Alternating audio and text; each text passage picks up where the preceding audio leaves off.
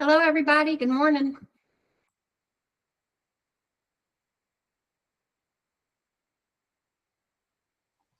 Good morning. Good morning.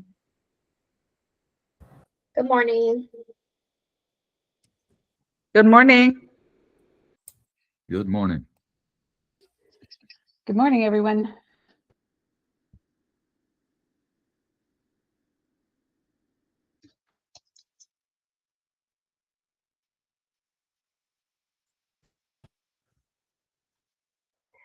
I think to start, everybody should log into their test databases in Voyager. Has everybody done that?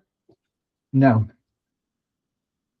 So if you want to do that, does everybody know how to do that? I was going to say, can you send us the link? It is in the chat, Liv. Just put it in the chat. Looky Thanks, there. Liv. So I've shared the link to the Yardi dashboard. What you're going to do when you get there is hit Voyager and then select test. It'll have a pop-up for you.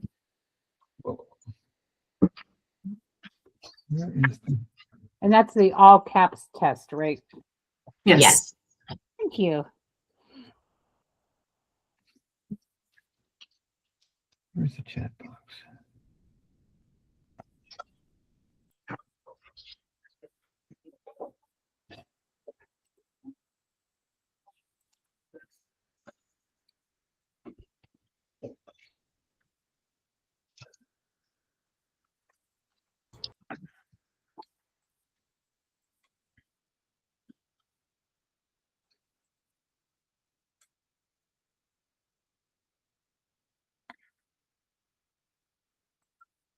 Oh, it says our program license expired.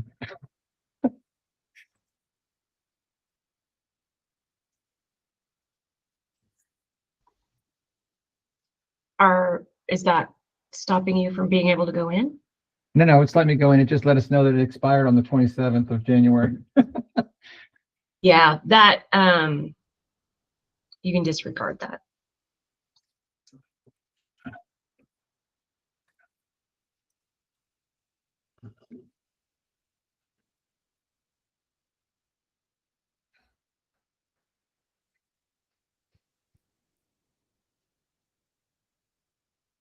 Is everybody excited? Raise your hand if you're excited. Yay! Yeah, and I'm having trouble finding the link. It's in the chat, David. Open up the chat box. Down at the bottom, you'll see it. It's got lines and a blue dot. Click on that. Far right corner bottom. Second icon from the right.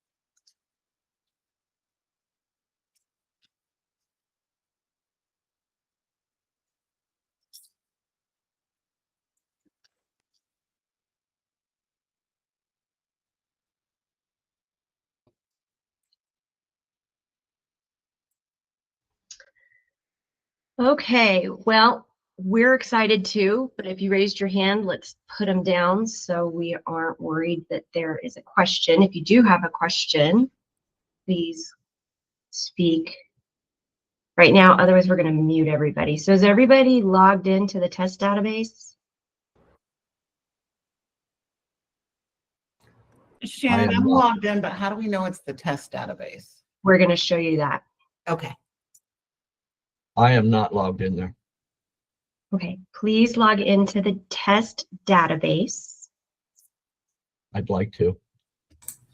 The link is in this chat, in the chat for this call. So if you don't have the link, go ahead. The link is just giving me the Voyager training database. Is that what I need to be in? So the link should give you the dashboard, the Yardi dashboard. And then, Liv, do you want to walk through, since you're sharing your screen already? Yep. So everybody's going to have probably different things on their dashboard, but you should have Voyager 7S. So you're going to want to click that. And then you're going to get this box with the options. If you click live, you can change it to the test database is what we want to use today. Melanie, you shouldn't have any trouble if you use training, if that's your only option. But if you have test, let's do test. So this is Candace. I just got an error message that says my program license expired on 1/27. If you can keep going, just keep going. I think everybody might get that pop up. Okay. Yeah. Okay, I was still able to get in, but Okay. Okay, it just says Voyager training database. It doesn't say S7 like you said. And it's going straight in. It doesn't give me that screen you're on currently. Okay. That's I'm fine. already at the work order dashboard. Is that okay? That's fine with me. Okay. If you don't have 7S, go ahead and hit that training button instead of Voyager. It just depends on how far your property has gotten into the Voyager world. We just went dark yesterday. There you go. I promise there's a light at the end of the tunnel. Oh, I'm excited. Shannon, just tell us that you absolutely love it better than RealPage. That's all we need to hear. I don't hate it. I think it's the kinks are getting worked out, and I think there's a lot of really positive aspects of it. I think that there's a lot more information that we're able to get from Yardi. Some of the reports are much more in depth. So yeah, I do. I think that you'll get to that point too. Awesome. So at this point, if you do not have authorization, I would recommend sending a chat to Leanna and see if you can catch up later. But otherwise, I would recommend you just watch, because I don't know that we can get you in right this second. But you'll still be able to watch, and this will be recorded. And we will So- be repeating this training next week as well. Yes. So how do you get to that dashboard that you're showing right now? So I just hit test and then hit proceed. So if yours doesn't come up, I'm not sure if you'll be able to see it since everybody has different access. Yeah. What role are you signed in under? Let's look. So in top left roles, I'm under military housing, so it's not going to pop up because I'm already under it. Military housing 2, that one? Yes. Yes, Yeah. that's There we go. Now I see what you see. awesome.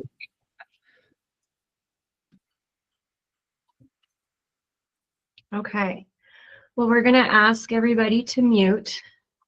We are going to monitor the chat. So if you have questions as we're going along, feel free to put them in the chat. I'm Shannon. I'm the community director at Fort Huachuca. And presenting with me today is Liv. Hello. Liv, do you introduce yourself? I'm the marketing coordinator for Belvoir. And what we're going to do today is just basically go over the nuts and bolts of Voyager. This is where this is one site. Okay, this is the same information that you would have found on your homepage for one site is going to be here. This is your dashboard. So we will go over that. Our goal today is to give you some definitions, because some of the words and phrases that are used in one site are different than in Yardi, and they can be confusing sometimes, like current and future residents and things like that. So we're going to go over those. We're also going to teach you the basic workflow of adding an application and assigning a unit and making any changes that need to be made along the way. Moving them in, moving them out, all of those things, notices to vacate, those types of things. So if there's anything specific that we don't cover by the end of this, please make sure to let us know so we can make sure that it gets added. I'm not sure, somebody with more technical experience than me should speak up, but I feel like I remember if we have too many cameras on, it might lag the system. I don't know. I know that cameras are nice, so anybody in the IT world out there can, no? I have not had that happen in the past, but maybe. Okay, I'm just not sure, so I will yield to what IT says. You should be fine. So Liv is going to start us off today. We will do a break at the 45-minute mark, so at 10:15 we'll take a break. Is that okay with everybody, I think? Perfect. All right. Well, let's go. Liv. All right, so to start, we do want to cover a couple definitions that are important that we will be repeating quite a bit throughout the whole presentation. So when we refer to someone as a prospect, that means that they have either submitted an application or they are in the system as a prospect, so they're working on their application. This is 100% like they are not assigned to a unit, nothing like that, okay? Then we're gonna have future residents, which means that their offer has been sent out or they have accepted an offer and maybe we are waiting on their lease to be signed or they have already signed it and haven't moved in. Next, we have current residents, which is anybody that is currently moved in. And two more, we have notice residents, which means they've put their notice to vacate in. So technically they are still living here, but we're going to call them notice once they've put their NTV in. And then lastly, we have past residents, which just means they've moved out and they are in the past. Okay, does anybody have any questions on that? Thinking we're all good. Those are a little self-explanatory, but you want to make sure that you've got them right when you keep going. Shannon, would you like to take over the dashboard? Sure. So just to do a little preliminary walkthrough of the dashboard, the first thing you'll do when you go into your site, I'm going to switch. Liv, are you going to do that? You going to be the hands-on, or do you want me to share? I got it. Go ahead. Okay. You're going to want to choose your property. So each of your sites will be set up on a dot post and like the first 3 or 4 letters of your site. So ours is post HUA. And then sometimes they talk about it as a CLO, and they're kind of interchangeable. So you're going to want to go to your post property. Properties are also divided out within Yardi. So that would be each of your villages. So your post property is going to comprise all of your villages. It's going to have all of your villages in there. But you can also go in and look at individual villages or neighborhoods as well. So if you just want information about Cracker Jack Flats or Cheyenne Village or Signal Village, you can search and work within just your neighborhood. But for now, we're going to go into our property, our whole site property, and that will be a post property name. And refresh is going to be a very important button to you. If you run into a glitch, I would recommend to just go to refresh. Sometimes with Yardi, the screens that pop up don't automatically close. So at the end of the day, when I close my internet browser, I might have 15 Yardi screens on in the background. So sometimes that can get laggy. So I would recommend checking that once in a while and hitting refresh if you're working in there for very long. It will time you out also, and then you'll need to refresh as well. So from here, in this first column, where underneath the refresh button, there's add guest. That is where you will go to add a guest card and subsequently an application, which we'll go through in a minute. We're just doing a real basic walkthrough right now.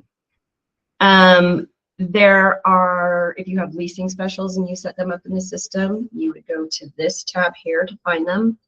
Daily activity, that is what you have scheduled for the day. New POs, you're going to use P2P for POs. You can enter POs through Voyager, but not something we're going to go over today. And then new service requests, again, you'll be using a different training that you'll get from BJ on that. In the middle column is your unit statistics. So Fort Huachuca has 1,064 units total. And if you click on that button, anything that's blue and underlined, you can click on and it will open up. So if you click that and then you scroll down, it's going to show you all of your units. And then as you can see, the property, the unit, and the unit type are blue and underlined. So you could click on those and get more information. And that's something I really like about Yardi, is that you can go down rabbit holes and get all those tabs open and have them all. But a lot of information at your fingertips and very easy to access. The next one underneath is the occupied units. So that is how many people are currently living there. You can click that and get more information as you go down. You can click on the unit. You can also click on the resident, and clicking on the resident will take you to your resident tab. There is also available units. So those are the units that are on notice or vacant and have not had an offer accepted yet. They may have been offered, but they haven't been accepted. So this is your list of units that are available. If you have extended an offer and they haven't accepted it yet, it will still be listed in here. Once they accept it, it will not show here. And then pending down units, those types of things are in here too, so that you have quick access and availability to get information about those. The far left column is your resident activity. So we have one move-in today. If we click that, it will show us who that person is.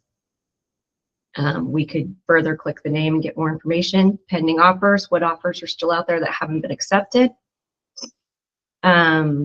Move-outs, that is not necessarily all the move-outs for today, and we still have some erroneous information in there that Yardi is working on for us. So there's still a few little glitches here and there, but for the most part, this is accurate information on the dashboard. Notices to vacate, deposit accounting, sorry, I skipped deposit accounting. That is, we need to process their move out. Again, that one, we still have some people that came over through the transition that we're still working to remove from the system. Notices to vacate, self-explanatory, but that's a quick and easy way to go in and change somebody's notice to vacate. You can click adjust dates and a pop-up will come, or you can click the resident and go straight to their card. And these are all things we're going to go over. We're just doing a little walkthrough right now. Scheduled lease renewals. If you do lease renewals, that will show up there. And alerts are just kind of basic information that telling you that things need to be done or that things are coming up. So not something I use a whole lot because I use each individual section. There is a maintenance section there that you can go through. The make readies and the work orders at Huachuca, we do most of that through MIQ. So this is not a section that I use a lot. Same with the inspections. And then the traffic, I will tell you that the prospect pipeline selection here is still not working properly for us. I know Yardi is working on it, but the pending applications will show you everybody who is currently in the application status. And you can see all of those people, most of those people have been assigned a unit. So again, we could click on those names or those units to get more information. So that's just a little walkthrough of the dashboard before we get into the nuts and bolts. Any questions on this? Okay.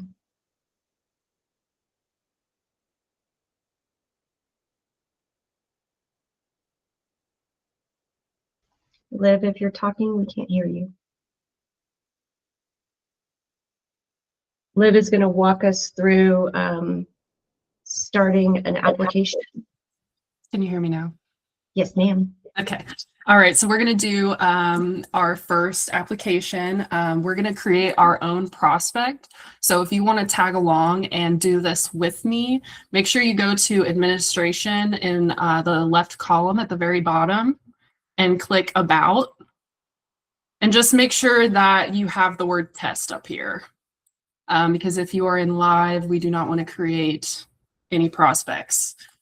Make sure that you have some sort of test. Yes, you can use your own site. Just make sure you're in test.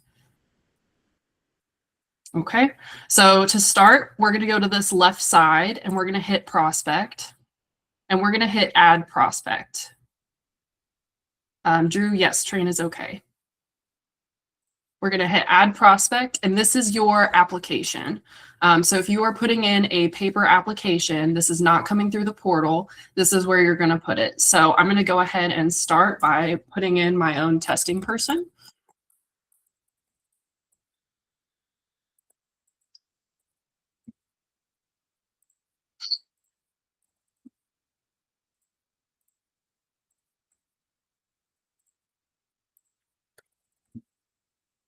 Okay, and you'll see on the right side that I'm putting in a application for Huachuca. So if you only have access to Irwin or if you only have access to somewhere else, that's completely fine. Just make sure that you know which post you're putting an application in for. Okay, and you need to make sure that you put at least one phone number in because that is mandatory. And I suggest the cell phone.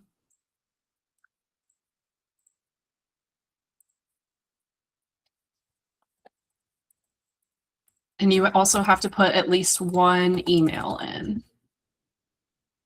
Okay, once you're done on the prospect information side, this first column, you're going to move to the military affiliation. So the type of service desired, you're going to do FH for family housing or UPH for unaccompanied housing. You should know which one to choose based off of which post you work on. So for me, I'm going to do family housing. Your military affiliation, we're mostly going to use military or civilian. I'm going to go military. And then you're going to go ahead, once you choose military, you'll see all these turn blue. That's because they're mandatory. So I'm going to put in a service branch. I'm going to say I'm Army. I'm going to put in my rank. And notice how I'm clicking on this blue link to pick which one I want to do. And then I'll just check the box and hit OK. You can also type in if you would like, and it will autofill. I'm just going to do other. Okay, and then you're going to have to change your first contact. So let's say I did a walk-in this morning. This is the first time you've ever seen me. I'm going to do a walk-in. If you were in your real database, your agent name would show up. Right now, not everybody's on here because I'm in the test base, but I'll pretend I'm Shannon. And then your source is going to be how they found you. I'm going to say Google. And then today's date, because today's the day I walked in. So once all that is completed, you're going to hit this save button.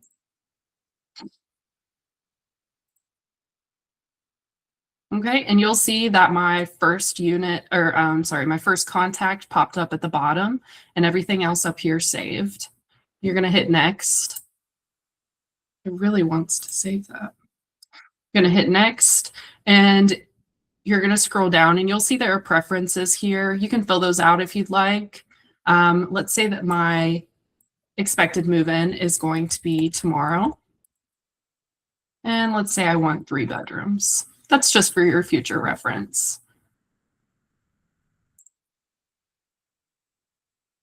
And then we're going to get to this dependents stage. So if you want to add dependents, you're going to hit the little document button right here. And you're going to put that information in. So let's say this is my spouse. You're going to go down, make sure you hit spouse. If you want to fill any of that information in, feel free. You're not going to need all of this information. It's different for a lot of people. This is where you would add their email.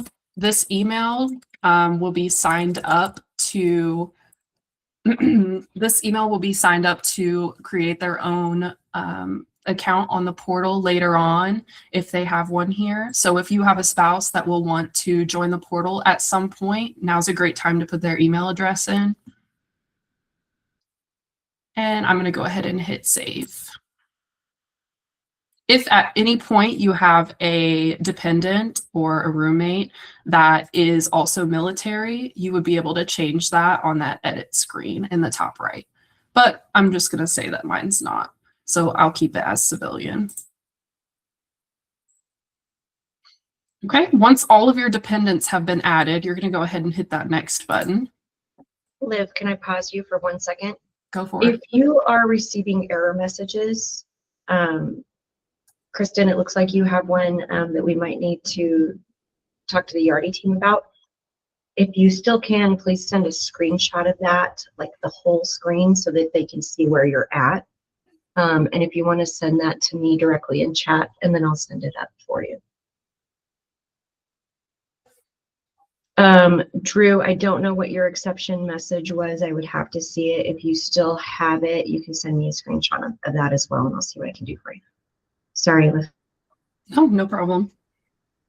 All right, so in this next screen, you're going to choose your workflow. This defaults to waitlist workflow, and we're actually going to leave it there.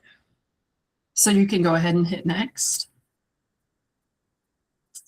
And then you're going to get to this application form. This is going to have the prospects information as well as their military information. Notice how that's on 2 different lines. All military applicants will look like that.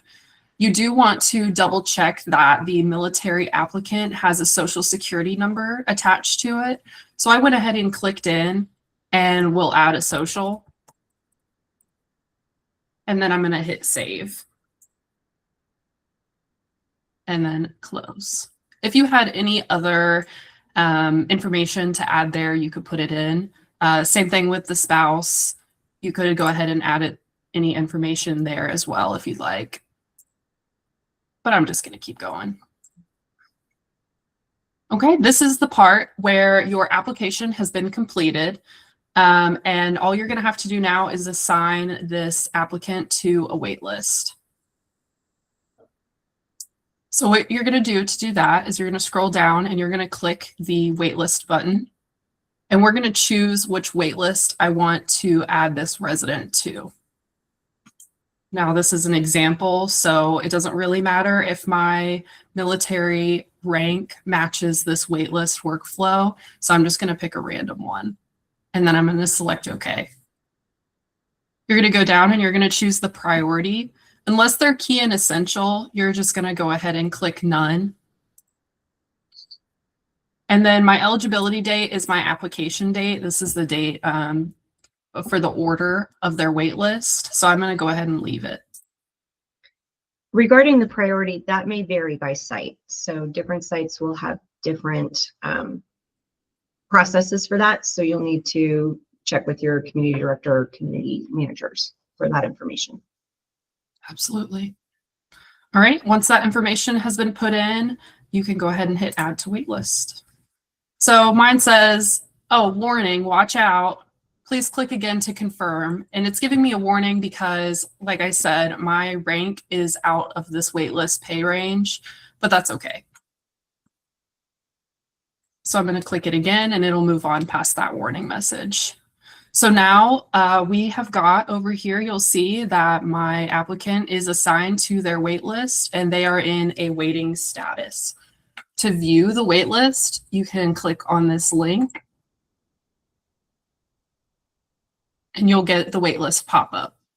And also what units are available on this wait list. Liv, we have a couple questions. Can we pause? Go ahead. Somebody raised their hand. But it disappeared. Okay. I guess we'll continue. All right.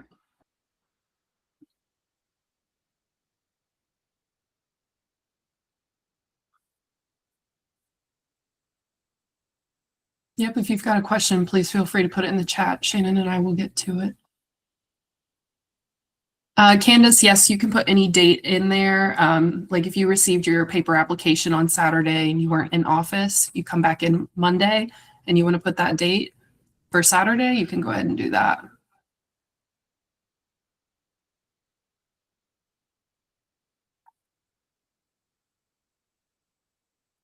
Okay. I'm going to go ahead and keep going. So at this point, you probably aren't very likely to assign them to a unit. For example, my testing person is second in line. So maybe she has to wait for a while. That's okay. So at this point, let's say we come back on another day and we're back on our dashboard, okay? And it's time for live testing to be assigned a unit. So there are two different ways you can do this. You can look the person up by going to their wait list. You'll see waiting list in this left column and hit wait list assignment. You'll search for your post. I was in Huachuca. And you can search for your applicant or search for your wait list. Let's see if I can find me. Testing live. And then I'm going to hit go and I'll pop up. Okay. Another way that you can do this, I'll go back to the home screen.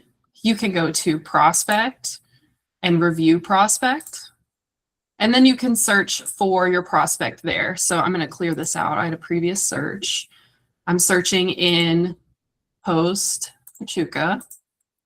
And you do not have to fill all of this out. I'm just going to search for me. So my last name here was Test. And I'm going to hit submit. And you'll see here are my options on the right. So I'm going to go into testing live and I've popped up again. And then I can hit the wait list. So those are two different ways to get to your person on the wait list that you would like to assign a unit. Once you're to this stage, you'll notice that testing live is selected. It's green. If I wanted to go to John, I could click John and he would turn green. But we're going to offer to live. So I'm going to go back to live. And then I'm going to select which unit we want to give to live. You'll see all of this information is going to pop up. You've got your unit information on the right with your beds, baths, etc. You've got your applicant information on the top right. And then you've got your offer options in the bottom left. So I want to make this offer so that Liv can move in today. So we've got your lease from date has already auto-filled with today. If you needed to change it, now would be a great time. And then we're going to do a 12-month lease. So I'm just going to type in 12. When you click out of it, it will automatically populate with the end date for your 12-month lease. My move-in date, I also want to be today. So I'm going to go ahead and edit this. Now at this point, it has automatically calculated my BAH based on my rank and my location. So my BAH is 1,752. If for some reason you needed to edit this, like if you have flat rate units, you would click this market rate box and you would be able to change it. If you do not do flat rates, make sure you leave the box unchecked and just continue on like you were before. I've got all my information in for my offer, so I'm going to click make offer. And it's going to take a second. Okay. Now we've gotten to this stage where the resident has their offer and they need to make a choice. So at this point, you can choose to reject all offers. We are in test, so there aren't a lot of options here, but you would put your rejection reason in there and then you could hit submit. Now that's if they reject your offer. If they are going to accept the offer, you would click the accept offer button. You would click move-in calculator. You want to make sure that you check the move-in calculator, that everything is correct. So you'll see there's kind of a lot going on in here, but only one is selected, and that's BAH and rent for 28 days. Now, this has not been updated because we're in test, but it will automatically fill in with your amounts. So I'm going to go ahead and close this, but the amounts would be correct in a real database. So you want to make sure you hit save. And again, we're going to get an error message because my person with 1, 2, 3, 4, 5, 6, 7, 8, 9 already lives somewhere else. Obviously, this is a dummy social security number, so you're going to get this error if you use it. And then hit save one more time to get past that error and hit close. So your move-in calculator is complete. And you can go ahead and make sure you submit your response.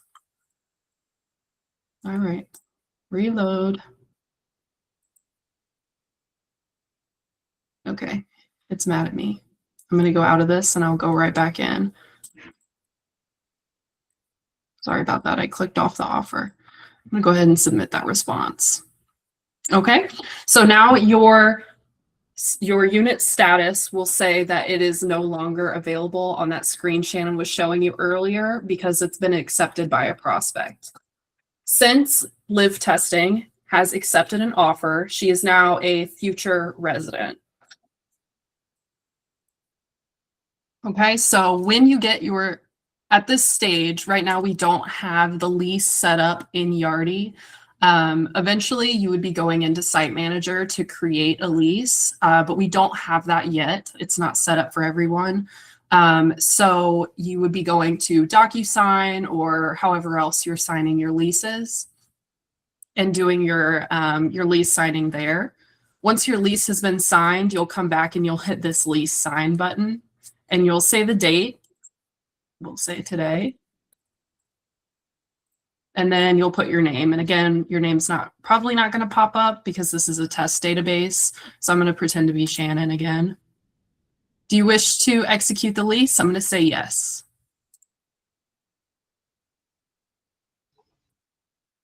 Can we pause for a second? Adrena, did you have a question or do we want to just catch up?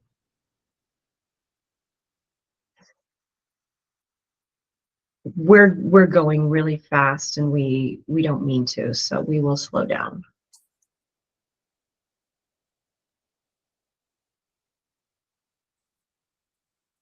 Okay, can we pick back up? Sure. And Melissa, it is based on 30 days. Yep.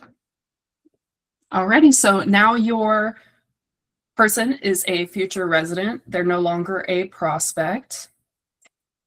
And I'm going to go back to the home page because normally you're going to offer that unit and sign on different days. So we're going to go back to our home screen. Any questions before I move on?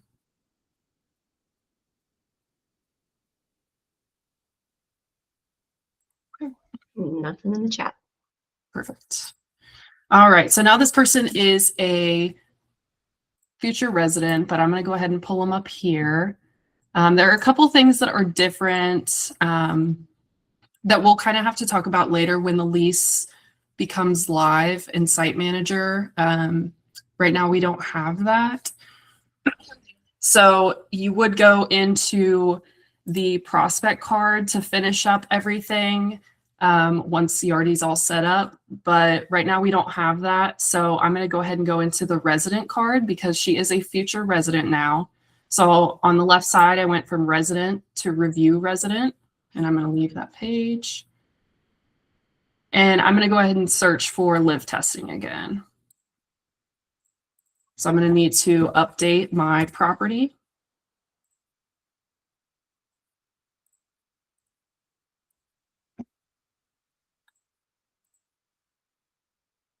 And I'm going to search for Live again.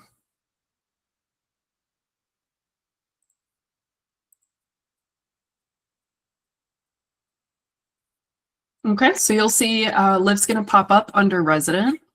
All of her information is here. If you need to change anything at any time, you can click through these tabs for that information and then just hit save.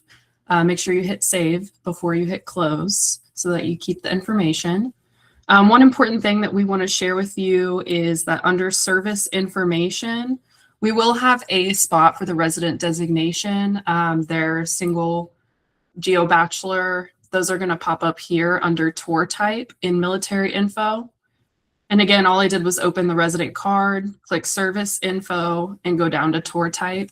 And these will process in reports later on. So just make sure that if you're tracking Geo Bachelor, Single Soldier, that you would put it here. Okay.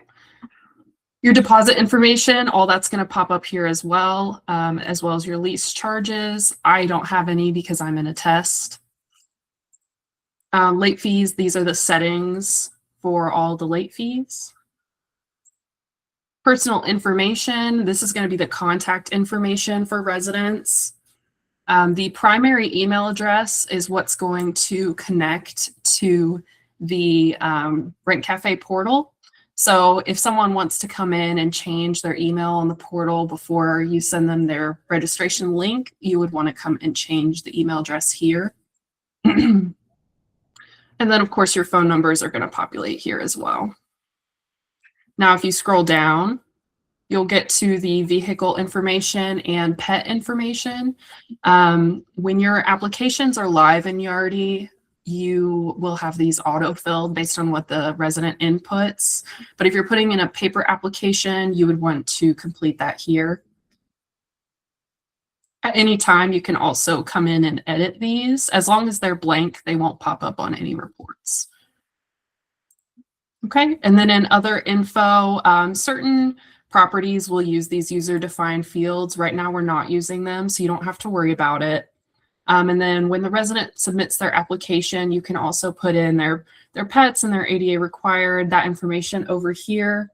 Right now, you don't need to because the applications aren't live. Okay, and if at any point you change something, you would want to hit save. Okay. Now to move in a resident, I'm going to go up here to this top bar and I'm going to hit functions and I'm going to hit move in. Again, all of these charges are not filling. Normally it would fill with this correct lease amount, which would be the BH, and then their move-in amount, which would be their prorate. Again, we're in test, so that's not going to pop up for me right now, but that's okay. When I'm ready to move this resident in, I'm going to hit post. And it's giving me an error because it's $0 because we're in test. That's okay. I'm going to move on anyway. Are you sure you want to move in? Yes, I am. Okay, and now again, error message because this is a social security number error. These are annoying in training maybe, but in real life, if you have a prospect with the same social, that's something you would need to check out. We're going to go through these messages one more time. And now live testing is a current resident. You'll see that right here. Status current. Okay, do we have any questions?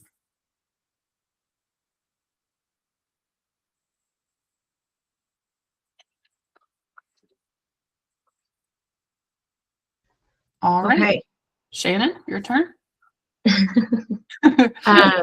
Before we go forward, we are getting close to the 45-minute mark. Does anybody want to take a break now before we pick up how to maneuver through with a current resident? Hands. Let's take a 10-minute break and come back at 10:20.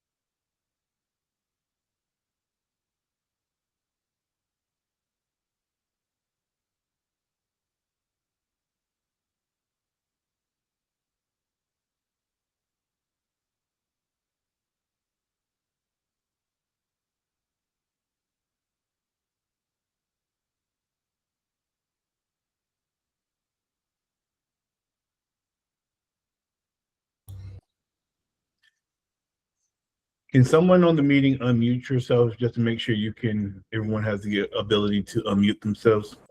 Yes, I just did Yes. it. Yes. Brandon, thank you for all my ads. No worries, you're very welcome.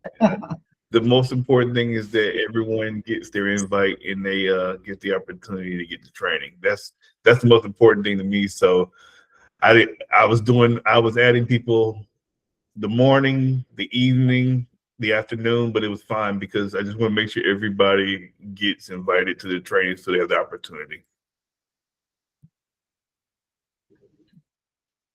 And there will be, we've created SOPs for everything we're going to show you today. And they're going to be compiled and they're going to be organized and they're going to be sent out to everybody.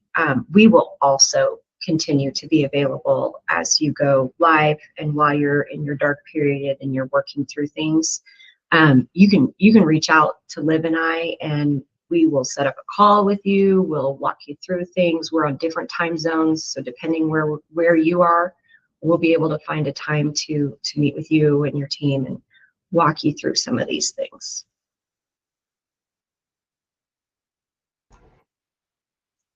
Can you please include the Moffett and Parks teams? Looks like we were left off on this meeting, this training and a few others. So if you can please include us, I'd appreciate it. We will make sure you are, Josie. Thank you.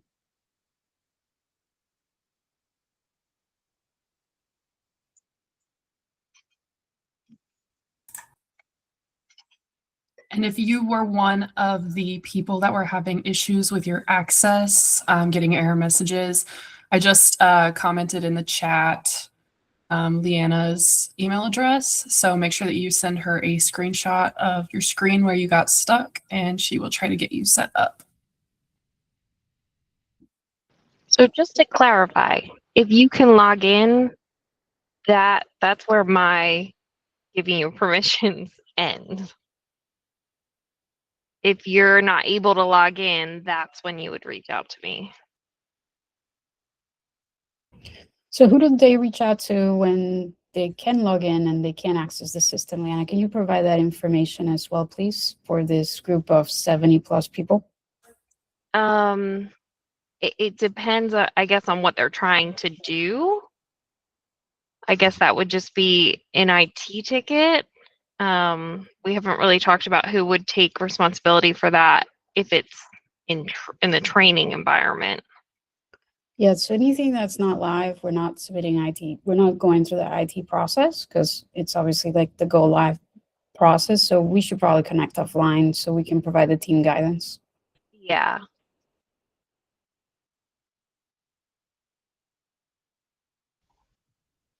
Okay, before we get started again, I know that was a lot of information, and we just want to see if there's any questions about the entering an application, guest card, and starting the transition into residency process.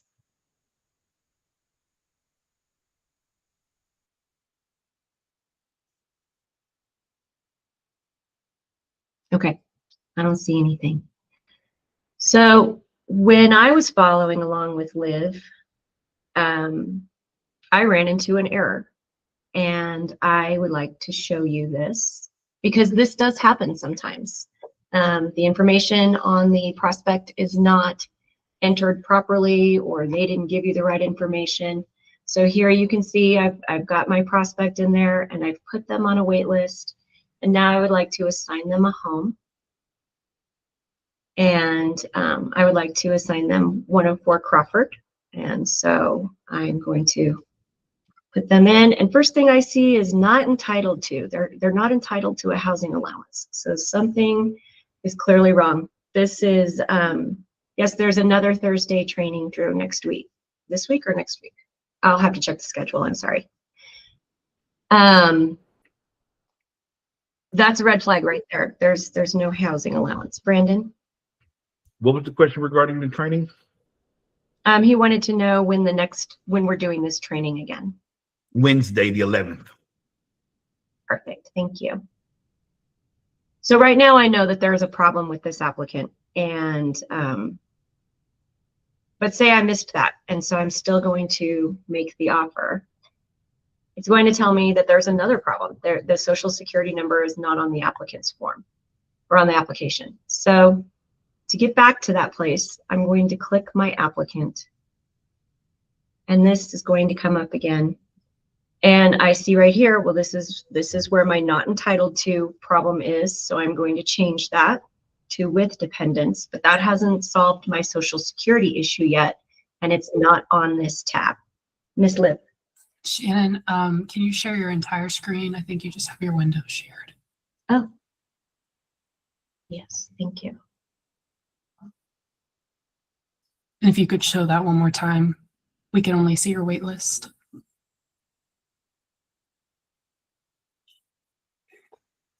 Thank you. Is that better? Okay, sorry about that.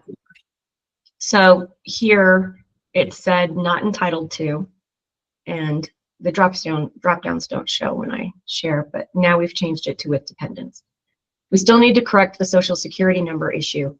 So up here in leasing steps, this is the steps from when you enter this person into Yardi to when you assign them on the wait list, and you can start over and go tab by tab to see where does that information go. You won't know right away, you're learning. So you can go to the guest card, you can click through all of these and find where your social security number is supposed to go. I know it is supposed to go on the application form. So I'm going to go to the application form, and I don't see the social security number on there. So I'm going to go to previous. Still no section. I wonder if my test is not.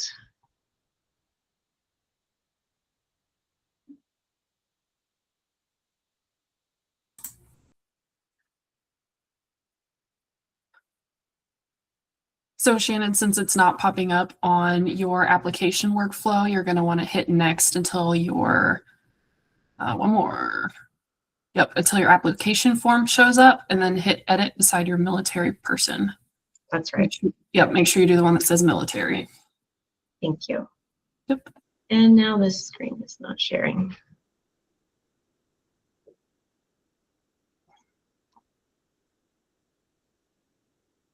Okay, so here's our application. So this is where I'm going to put in the social security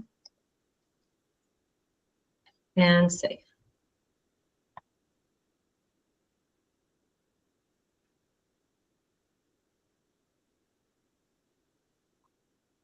And close my windows.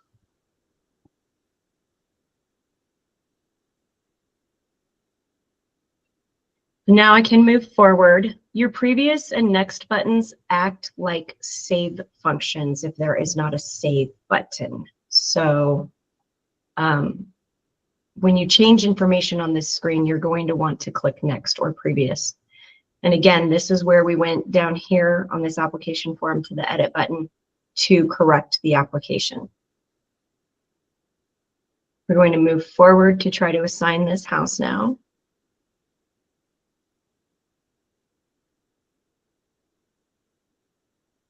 My internet is very slow at the moment. Now we're going to try to assign Crawford. Here we see we have our housing allowance now. We can put in our lease term, and we can make that offer.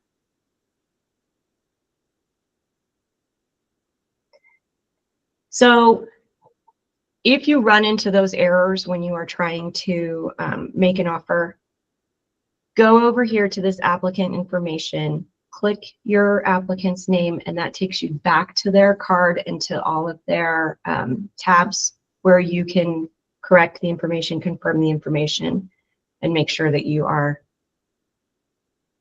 on the right track there. So can you see that I'm accepting the offer?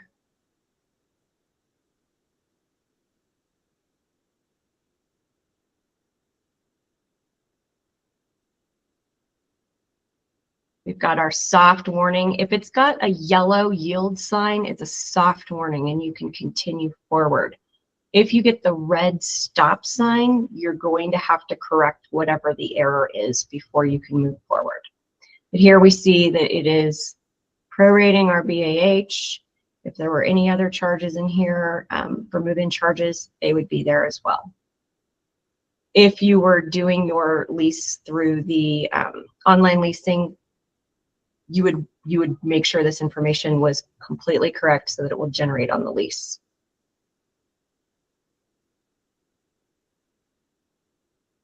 We've saved that so we can close.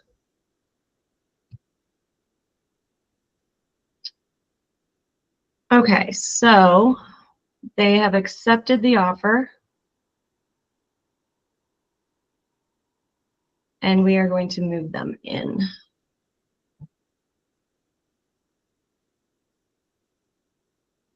Well, do you want to share your screen because my internet is not cooperating with me?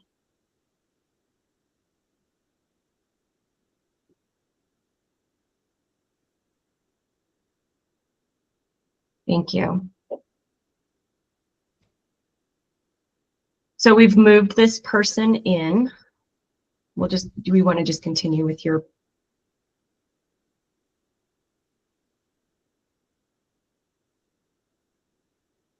Thanks, Liv. Sure. So these other tabs, the service info tab, that will show you their military information.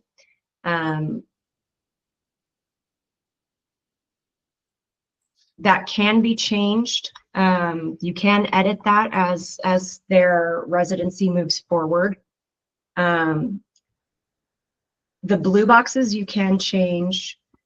The gray ones you cannot. You would have to go into another section in order to update those.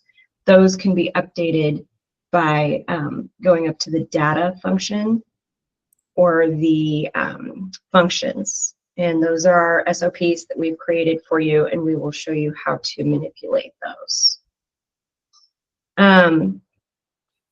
So now we are going to review a ledger. So there's two ways you can see the ledger, but the easiest way for me is to just go to reports and ledger.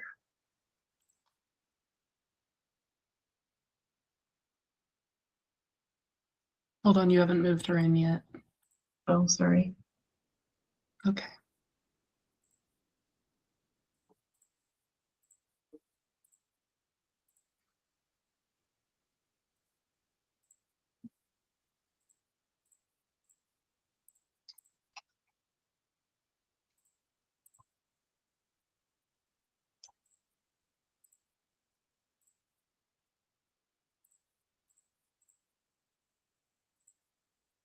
Oh, it didn't say.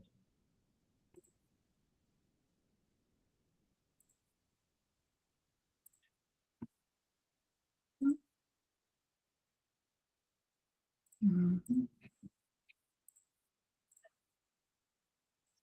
All right, reports and ledger. Oh, I gotta refresh.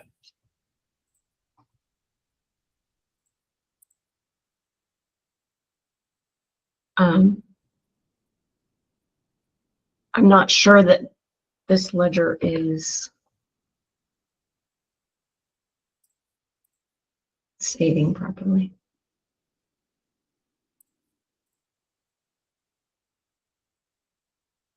Let me pull up a real person.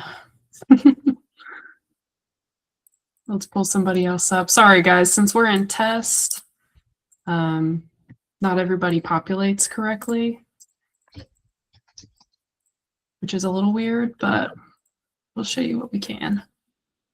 Here we go. Here is a current resident with a ledger.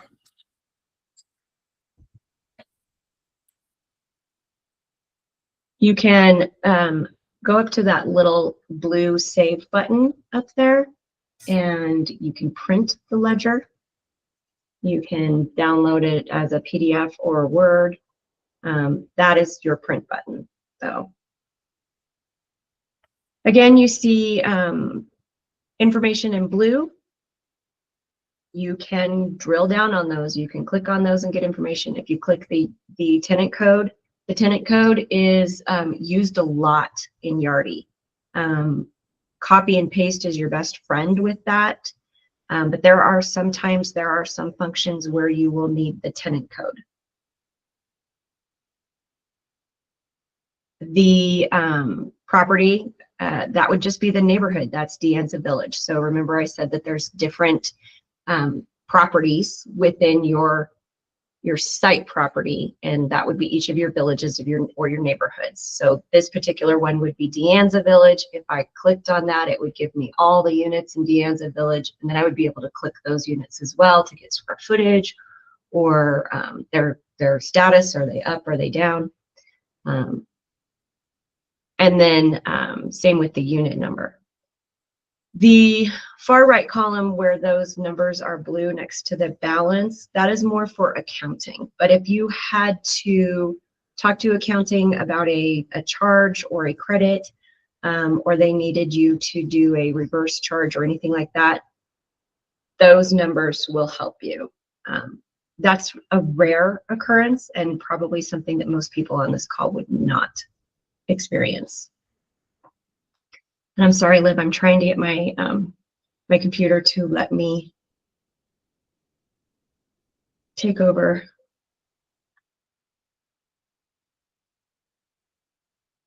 To review chart, I'm gonna try this, Liv.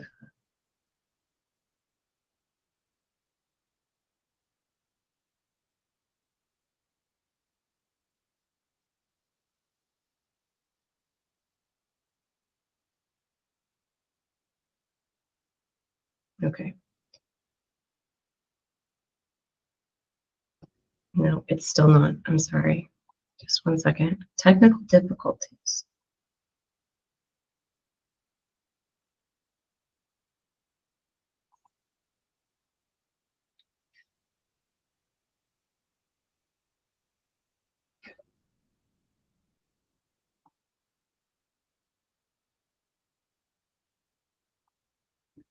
Does anybody have any questions while I'm trying to work with this?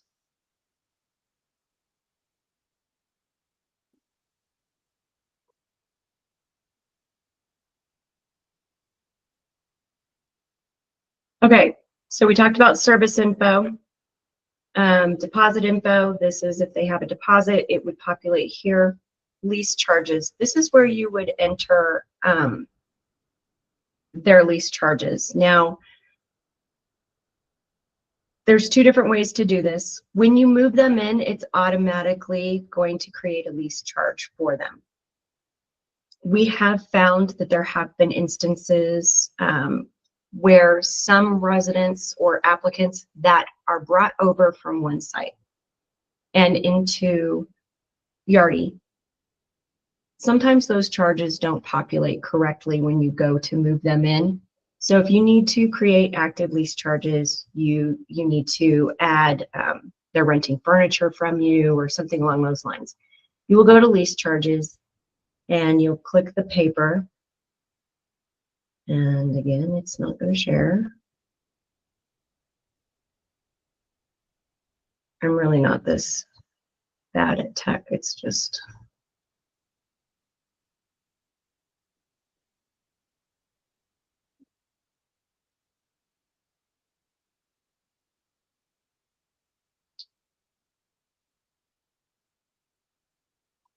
I have so many Yardi screens open that it's giving me errors. I'm so sorry.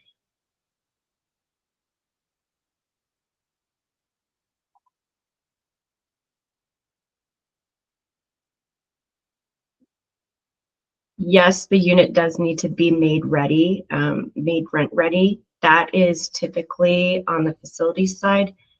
It depends on how your site is going to be set up. Our site uses MIQ primarily.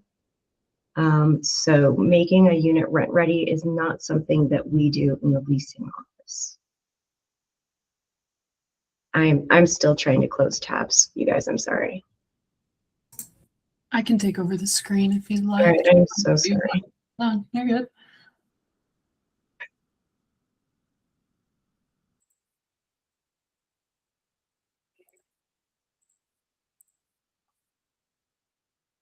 Go ahead, Shannon. I'll click for you.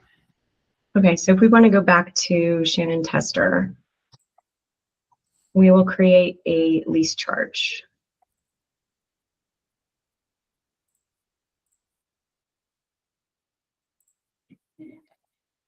There are a lot of different ways to do things in Yardi, just like in OneSite. You can look people up in different ways and in different places. So you'll get to know those things. So we'll set up a charge code for utilities.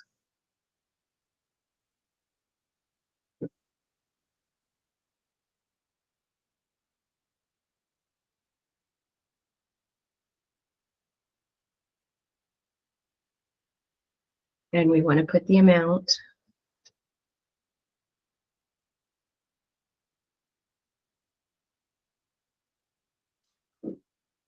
And submit.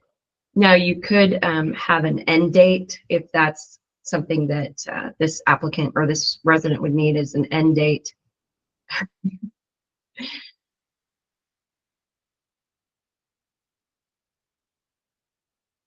So now we have a lease charge there, but let's say it's wrong and you need to fix it. You need to go back into that lease charge.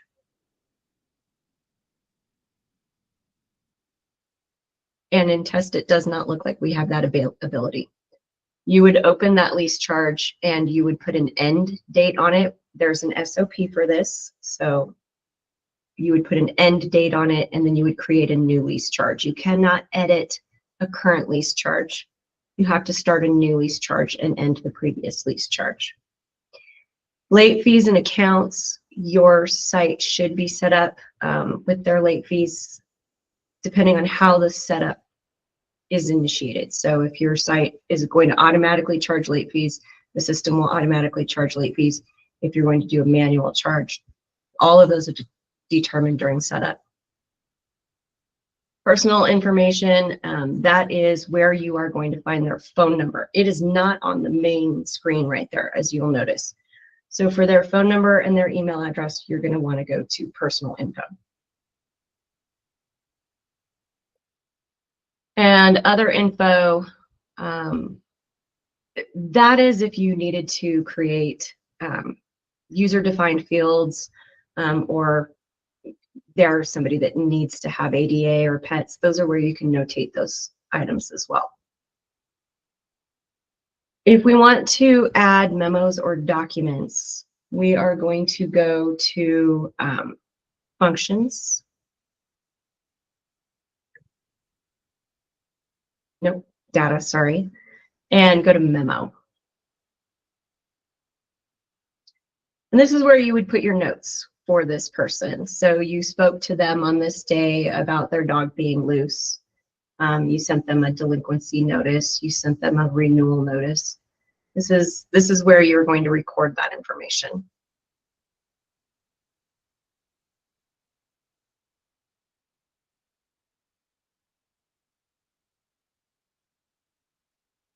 And then as you see up there in the blue box, that date is blue and underlined. So if you go into the screen, you could click that and it will give you the details of that memo.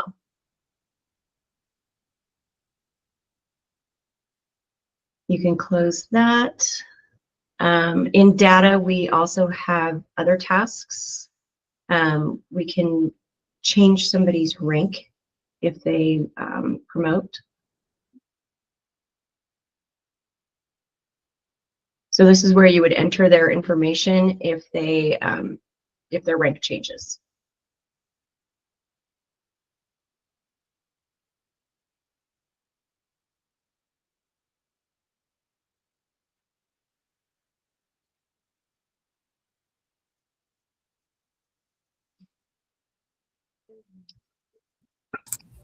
I'm unable to save because we're in test, but I would be able to save here.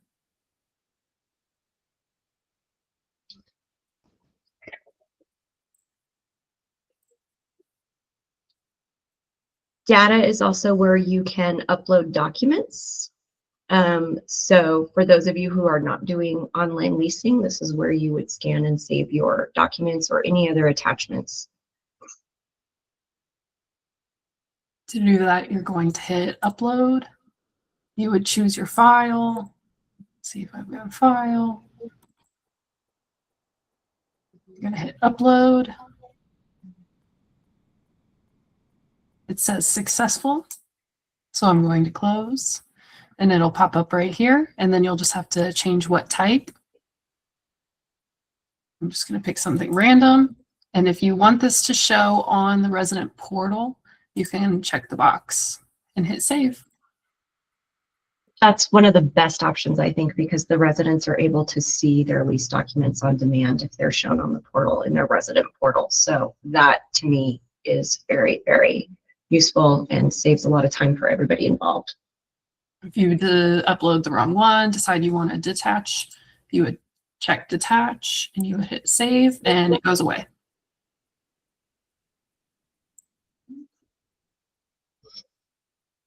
In data, we can also, I can't even have my Yardi open right now, Liv, sorry. We can also send emails, not something that we're doing right now, but it is possible. You can update the military family members and roommates. Yardi, this is one of those language things. Yardi will call the occupants roommates. So anybody that would be living in this house with Shannon Tester would be listed on here. We can also add them if we need to. And this is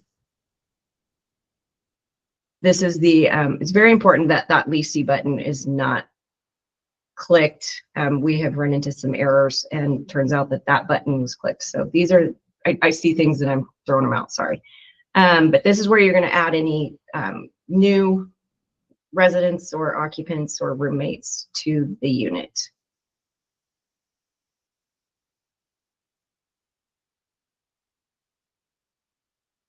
And there's the blue underline, you can click that and that will give you that occupant or roommate's information.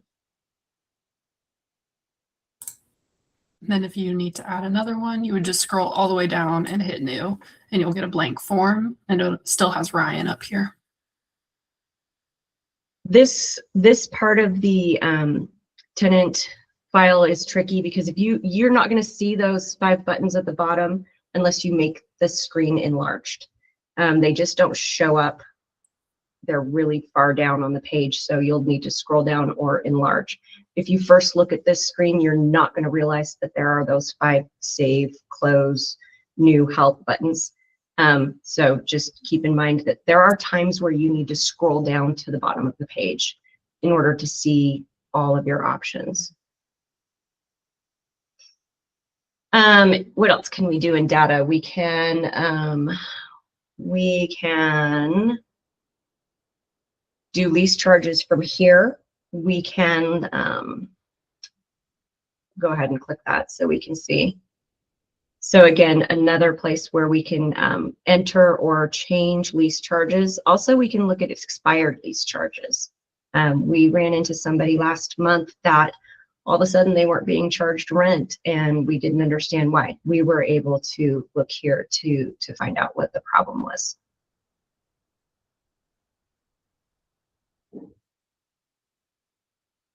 In data, we can also, I believe this is where we would do a move over. I don't see it. It must be in functions. She's not live yet, so. Oh, okay. Yeah. In reports, you'll see the ledger. There are other reports there as well. Unpaid charges, not something that we use frequently. We use a report for that instead. And then those other options on there are not something that we have explored on our site yet.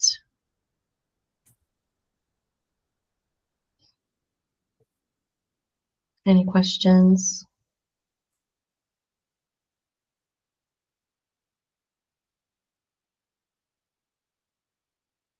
Okay, So let's do a notice to vacate since we are on, well, they're not moved in yet. Let's move live out.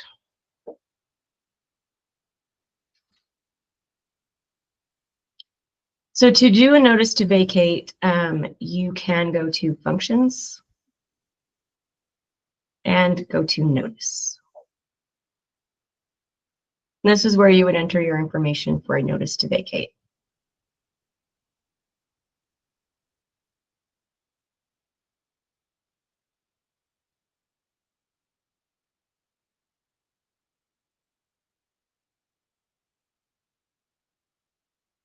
And as you can see in the middle of the screen, they are now on notice. And it does tell you that they did not meet their notice requirements. So from here, we can go back to functions and we can go to quick charge and we can charge them a lease termination fee. You can also charge it when you do the deposit accounting. But I do it when they do not give us the proper notice. So quick charge, you cannot do charges and credits on the ledger. You're going to do that through quick charge. I would put notes, I would put whatever I needed to do there. And then I can see that the charge was created. And then I can go to the ledger and confirm that it is there.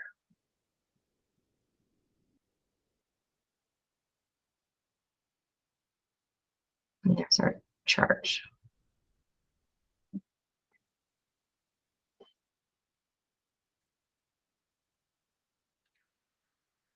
We can also, sorry, I'm trying to get back in. So now that this resident is on notice, you will see on your dashboard that this is becoming an available unit. You'll be able to see all notice residents units so that you can go ahead and get them on the list to assign a new resident to this unit. So that would pop up back on your dashboard under notice. And she'll be down here somewhere. Where is she?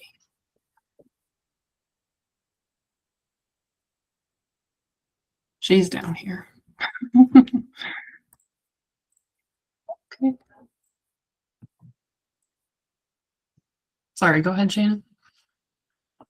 No, I'm trying to get to where you are now. I had to close out all my screens again.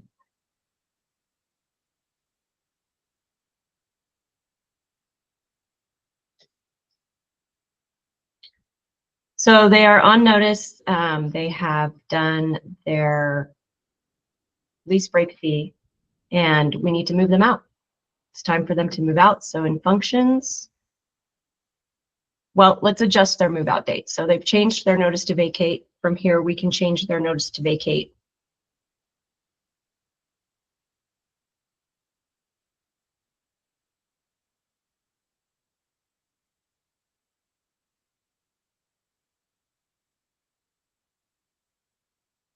And the dates have been updated. If we move them out,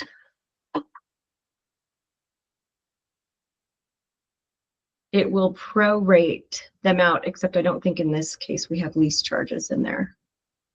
But Yardi will automatically prorate them out. You do need to watch that though. We have noticed that sometimes if you do change their notice to vacate date, the prorate out is sometimes not correct. So if you see that, you're going to want to send it up. Most of it is correct. I would just watch it, especially at first. You can do a prorate calculator here as well, so that you can let your resident know what their prorate will be. There's a move out calculator. They seem to do the same function.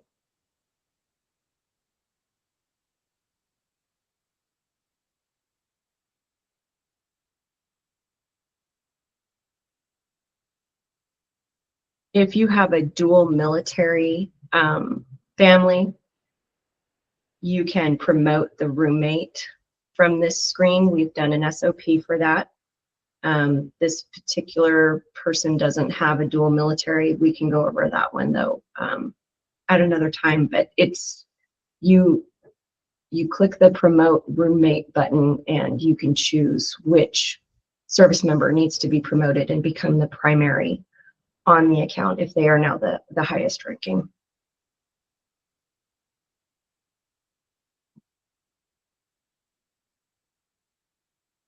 And it changes the lease charges to reflect that person's rank in BAH.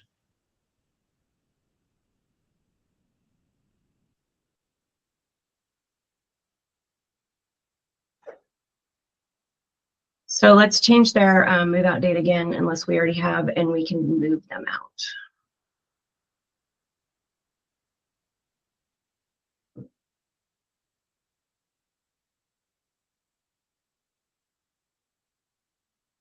Yes, we want to move them out. And now they are a past resident. That unit will show in your availability list as past, not as vacant yet. We would do the deposit accounting from here. Your site will have different guidelines as far as how the deposit accounting will go. And the deposit accounting process will be trained with Roxanne at a different time. So you probably already have a calendar invite for that. That is where if they had any deposits, any charges, or any credits, where that gets processed. So if your only purpose or your only job is to move them out, you have moved them out. They are now no longer a current resident. And I'm sorry for how badly that was botched. My computer is still frozen. The Yardi system is still frozen on my computer. But are there any questions that I can answer?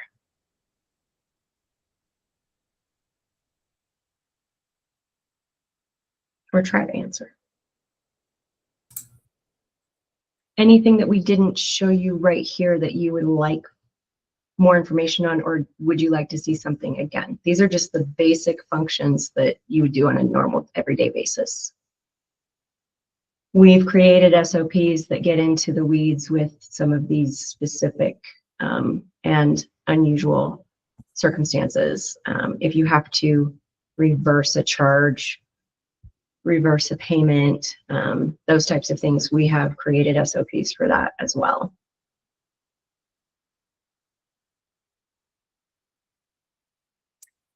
I'm not seeing any questions, so I'm going to move along and show you guys a little bit of the portal. When you go live, only your current residents will have access to the portal. Eventually, everybody will have access for applicants and everyone else as well to have access. And someone on your site will help get this set up, so you won't have to do any of the setup. But to access the portal, you're going to go back to your dashboard. And I don't think everyone will have access to that right now, so you might not be able to follow along. But if you do, you would go into Rent Cafe Site Manager. And I have access to everyone, so I've got a lot going on right here. But for you, you would only be able to see your properties, which are your villages, your neighborhoods, whatever you call them, and your CLO, which is your overall property.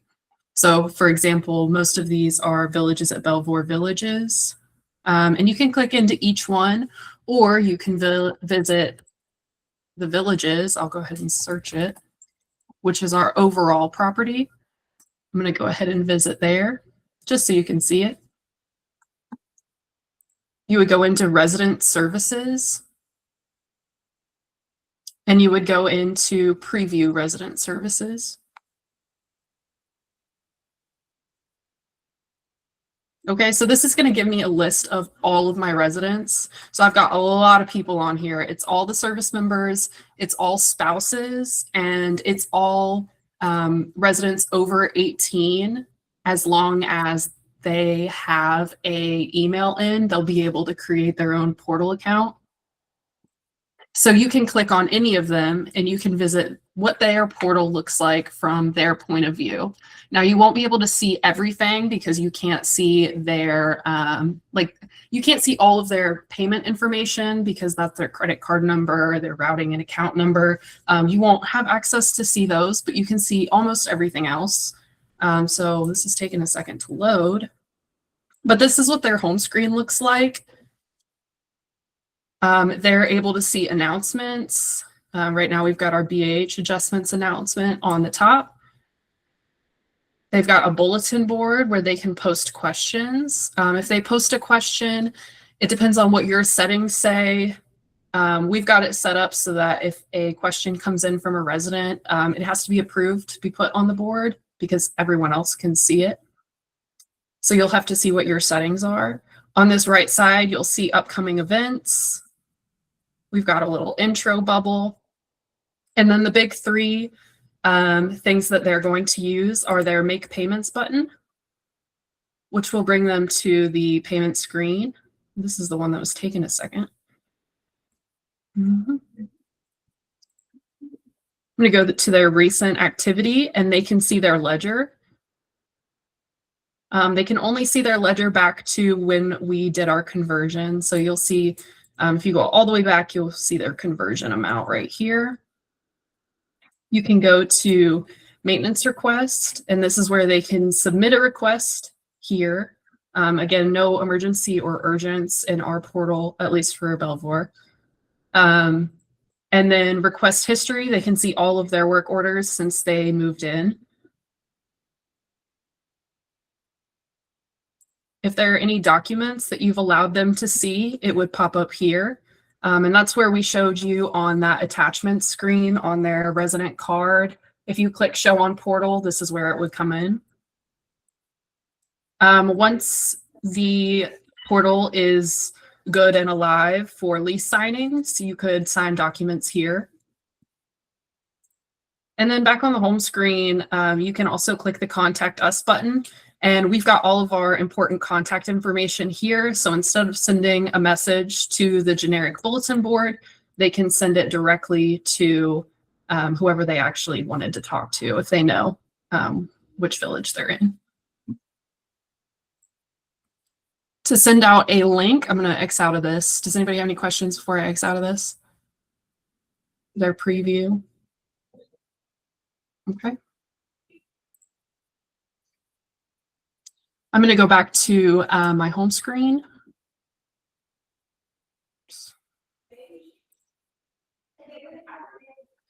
Okay. And if I want to resend an invitation or send an initial invitation to a resident, maybe I want to send them an email with the invitation to join the portal if they haven't yet, I would go on the left side to company management, then to user management. And at this point, you would want to search for whoever you want to resend to. So I'd search for a resident. And I always like to choose registered, unregistered, and invited, just in case you might not know which one they're under. And then you're going to go to properties and you're going to select which property that resident is in. I'm going to just choose Belvoir Village. And then you're going to hit search. Okay, so you'll see here, these are all live. This is in our live database. So these people here, they've logged in recently. It looks like his last one was on the 17th. He failed, but he did register on the 12th of last year. If you want to edit his information, you'd click the pencil. You come down here to Mr. Anderson. You'll see he has his email address in and he has his phone number in, but he hasn't logged in before. Registered just means that he was sent an invitation. It does not mean that he's actually logged in. So if we wanted to send him a registration link to actually get logged in for his first time, I would hit this resend invitation button with the little email bubble. And that would send him a link that says, hey, welcome. Here's a link to the portal. Here's the information that you need to log in. And here's your resident code. So when they log in for the first time, they can put in either their phone number or their resident code, which is right here. They can do either or. So for some reason, they're putting the wrong phone number in. Sometimes it's easiest to just give them that resident code because you can't mess that one up. Does anybody have any questions?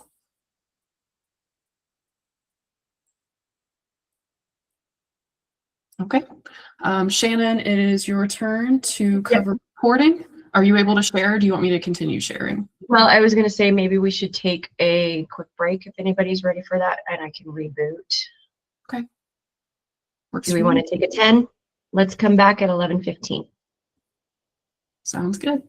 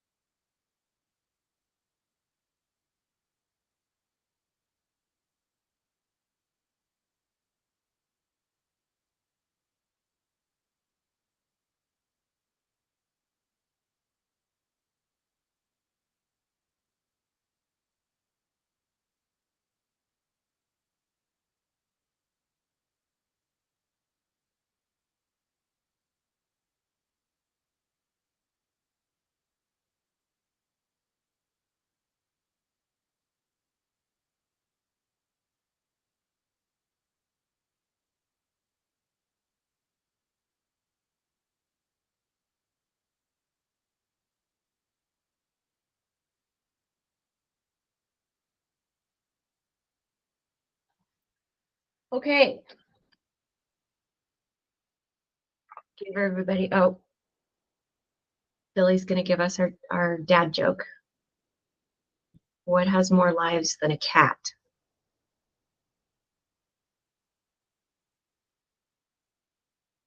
Jeez.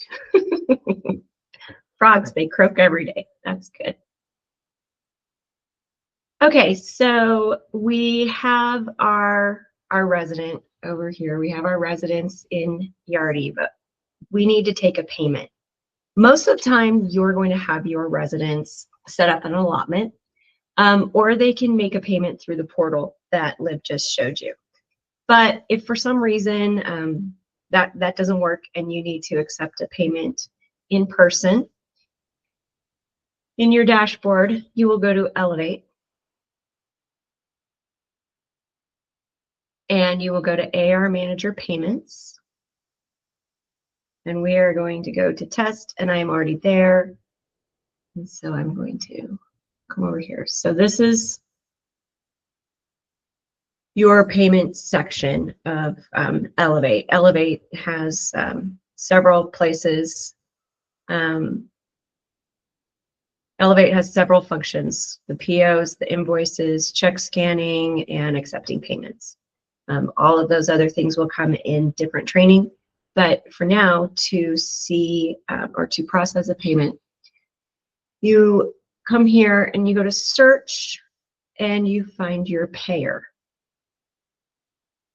Your type is, I would say, always going to be a tenant. Your property.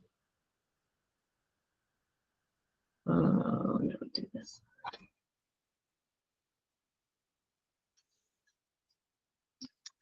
You'll select your property.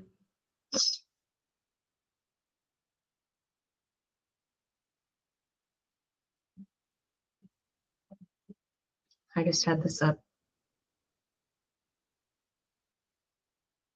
You select your status. So current, future, notice. Some of you won't have Yardi AR Manager. It depends on your role.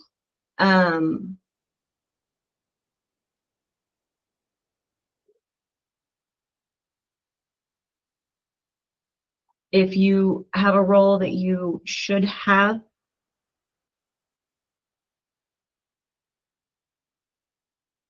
that training or that option, then please let us know so we can help with that.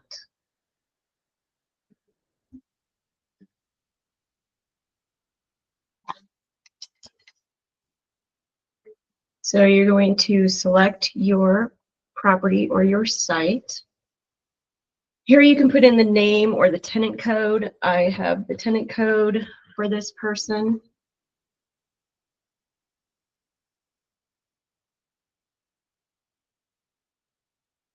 I thought.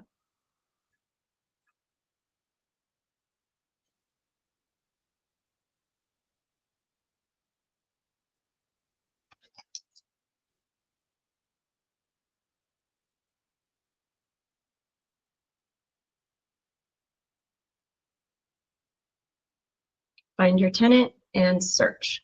So here is my resident. And this is where you would go to make a payment for that resident.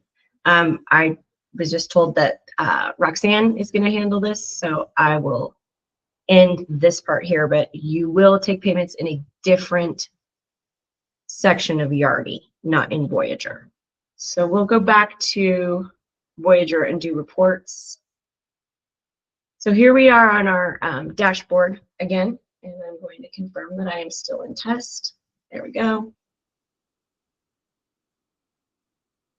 So there are a lot of reports, like I said earlier, and different places to get them. The first place will be military analytics. And again, there are SOPs created for these. There are so many different reports and so many different ways to run them. And every site is different. So if you have specific questions about reports or how to find them, please feel free to reach out. This is just a basic overview of how to find some of the information that you might need on a daily basis. Military analytics, that's where your rent roll, your box score, availabilities, lease expiration reports, and unit statistics are the ones that I use the most. So if you wanted to run a box score summary, you would make sure that you have your correct property, family housing, your dates that you want the report to reflect,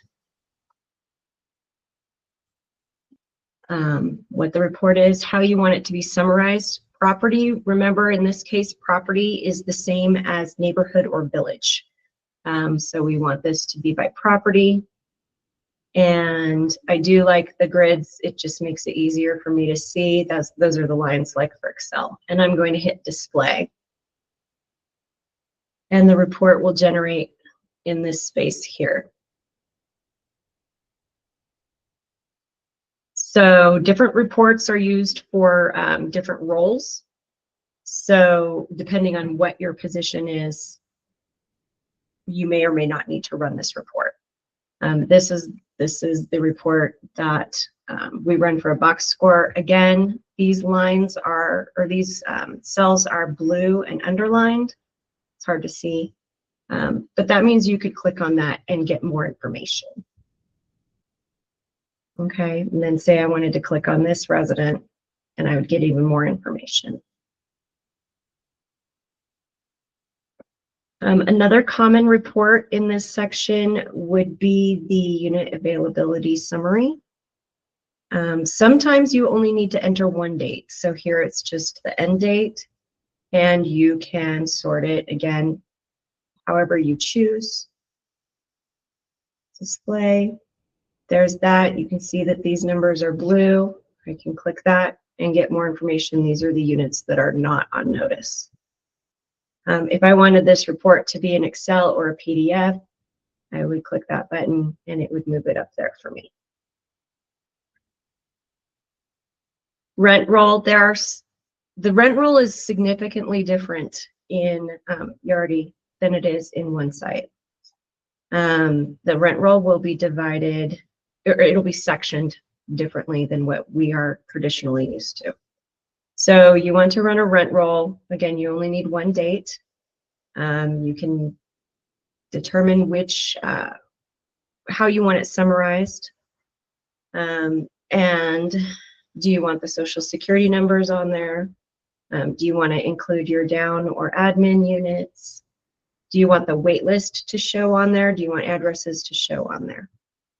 You can click display. Again, it's going to display down here. And you see that this is by unit type. So this is by floor plan. The other way you can run this report is by property. And it will give you the information by property. You can do it by unit. And this will give you an expanded. One of the noticeable things to me that is different from this than what I'm used to in OneSite is that the contact information for the resident is not on here, which was very convenient to have the phone number listed on the rent roll as well. But again, you can create an ad hoc report if you need to. You can also click the blue tenant code and get that information. So I've run this report as display. Now I want it as Excel. I just click that Excel button and it's going to go right up there for me. Rent roll with lease charges, pretty self-explanatory. You can summarize it by unit, and then you're going to sort it in whichever parameters you'd like.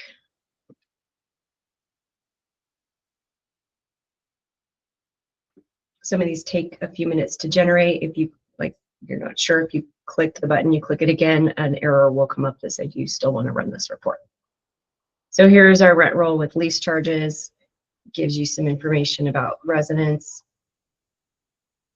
Again, this I can get more information on. Now I'd like this as an Excel. You just hit that Excel button and it will download.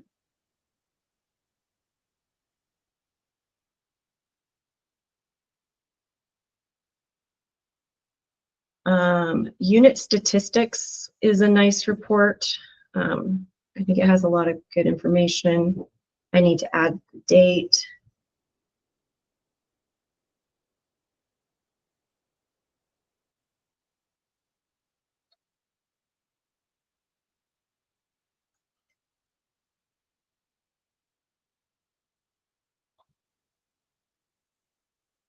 I use this one a lot for my end of the month numbers, just FYI for anybody worried about those things.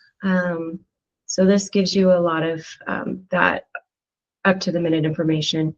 And again, you can click these blue lines and get more information. And if it's blue, you can drill down on it and get more.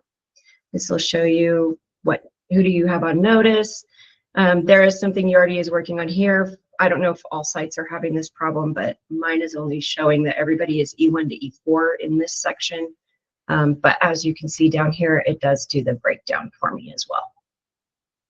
I do have a ticket in for that. So gives me my total units, my projected occupied, all of that good information. Again, if I want to download this Excel PDF. If I'm here, you can click clear and it'll clear all this, but normally I just run the next report. So I would definitely recommend going into military analytics and playing around with those reports if you are one that needs to do reporting. Another section with reports will be the wait list. Wait list detail. You can run this by specific wait list, or if you want to see everybody that is on your wait list. This is a really good tool because I have not found, and I don't know if there is another way to see everybody on the wait list. Normally, when you go to the screen to make an assignment, you're limited to only seeing that wait list that you're working with. This gives you the option to see all of your wait lists, suppress social securities, report type. Do you want it to have this information on it or not? And I want it to go to my screen.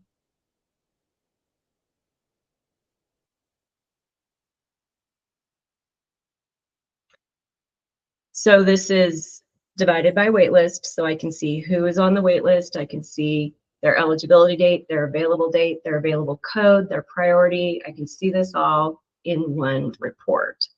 You do need to use these arrow buttons to move through the report. And again, if you wanted to print this, you could click this blue button that looks like an old school 3-inch floppy drive and use Excel, PDF, or Word.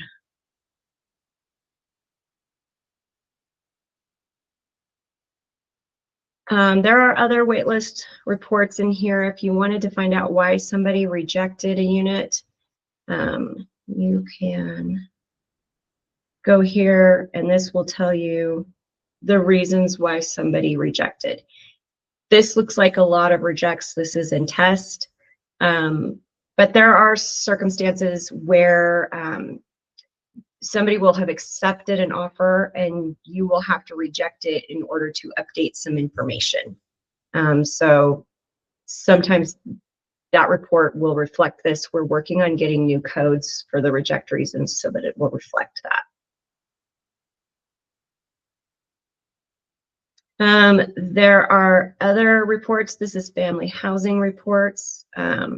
There's unaccompanied housing reports, military ad hoc reports. Yes, Kimberly, I'll show you in just a sec. This is where you could create a report that doesn't exist in the system and is not necessarily a custom report. For example, for the tenant satisfaction survey, information that had to be provided, I created an ad hoc report that had all of the information that CEL wanted. So this is really a place where you have to just kind of go in and play. If you need help with creating that specific report or something along those lines, I'm happy to help. But there are a lot of options in here for the type of information that you can pull and create a report. The report I created is in live, so I don't think it'll be here in test. Military reports is another section that has some information that you might use on a pretty frequent basis. We've got a vacant list. That's a list of the vacant units.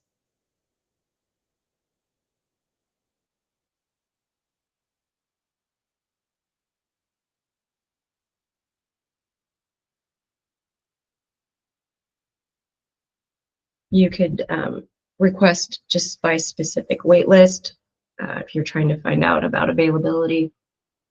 If you feel like the report is taking a while and you click submit again, it will ask, do you want to submit this request again?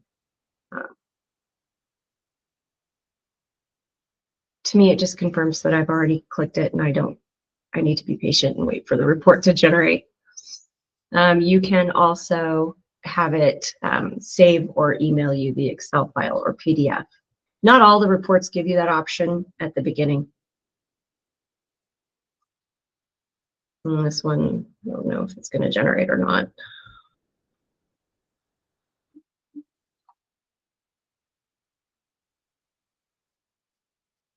We also have the projected occupancy report. Uh-oh.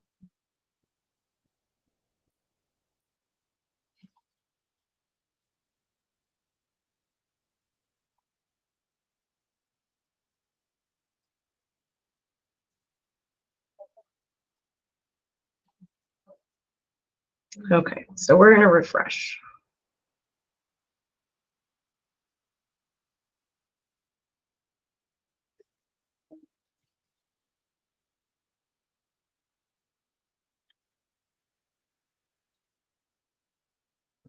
Liv, do you want to try to share your screen?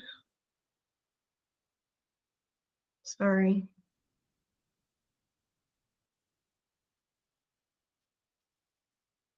Any questions so far on reports that we've seen? There is a report that pulls resident email addresses.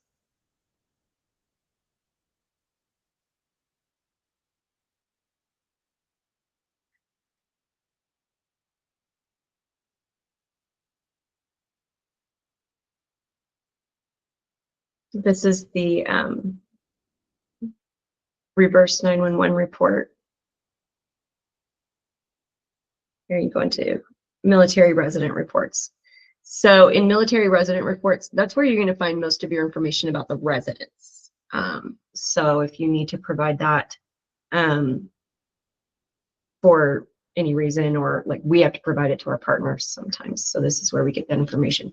Projected occupancy report does base it off of units that have been accepted, not just offered. So if you have pre-leased a house on notice, or you have pre-leased a vacant, it will indicate that. It also takes into account current notices to vacate. So this is your reverse 911, and it has your contact information, emails, phone numbers. This is test, so these are fake emails and we don't have phone numbers in, but in your real database, these would pull up.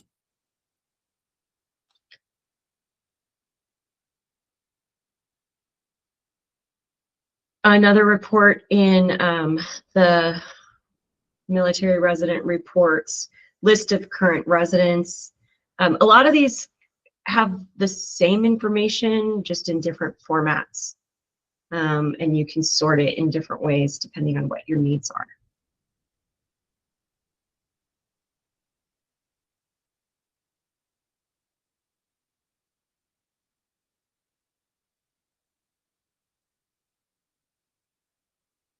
Reasons for move out, that's a common report to run.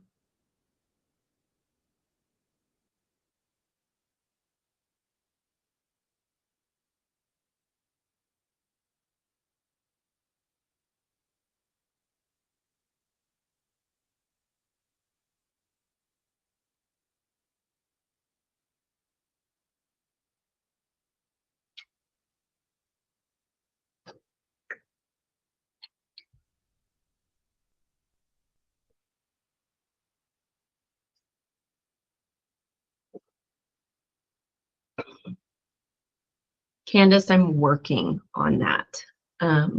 I have a list of the reports that I use primarily for the CD report and for our monthly reports. And I've created SOPs for those already. They're in the drive.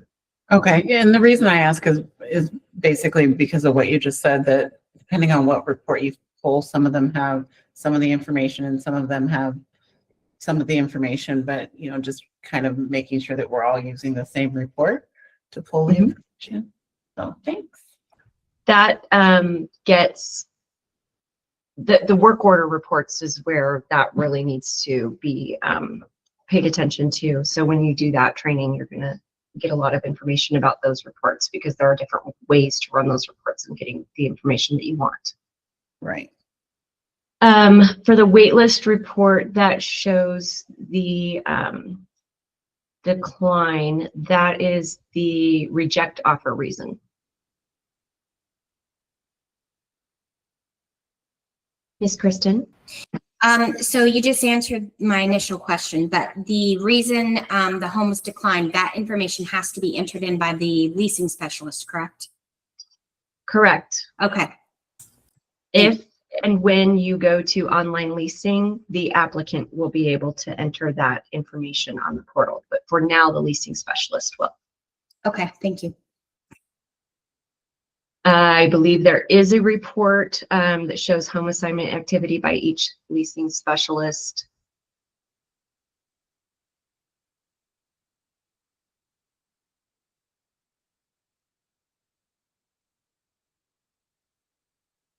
And I think this one is also one where you can select all of the wait lists to see all of the information.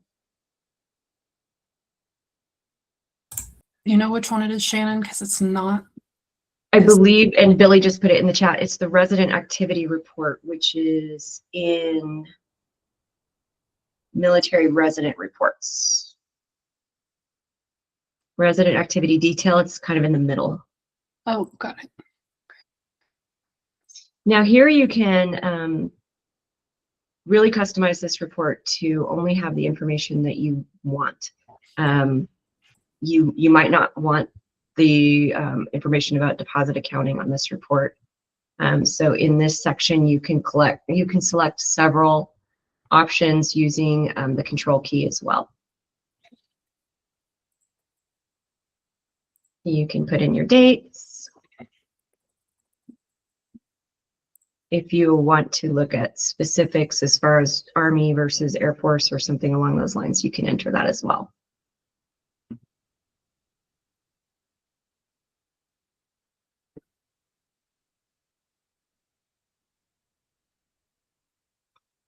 I am not seeing where the leasing specialist is on here. It's not something we track in this office, so it's not something I've looked for before. It might have been an option in the way to generate the report.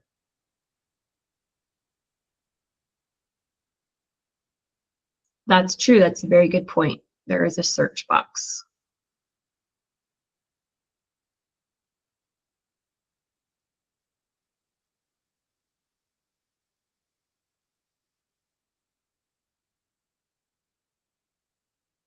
Rashida, I think we'd have to dig into that a little more. That's not a report that I'd be familiar with right now, but I would be willing to bet that it exists. If not, we could probably create an ad hoc report pretty easily if it's not there for some reason.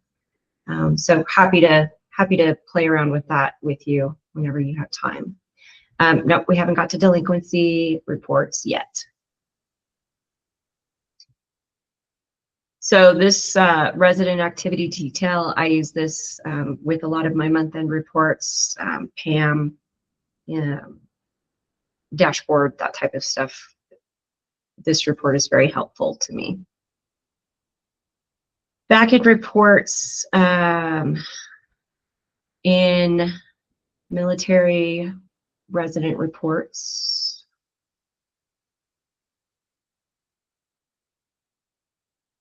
You have dual service members. I would recommend running the dual service member report periodically.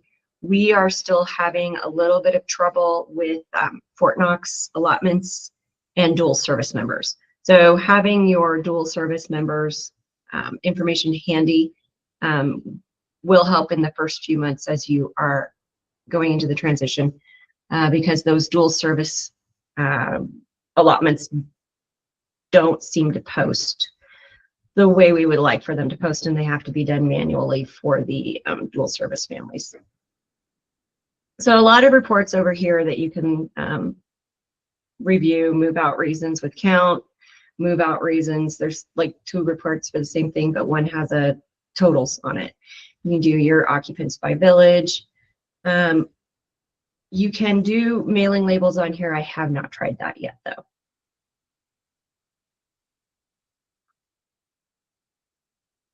The delinquency report, I think that's in military accounting reports and military aged receivable. Here you put in your parameters. So you can just choose past, you can choose current, you can choose all of them. You can summarize by resident or property. You can also change the report type. Is it the delinquency summary or a financial aged receivable? The delinquency summary is the one that I use.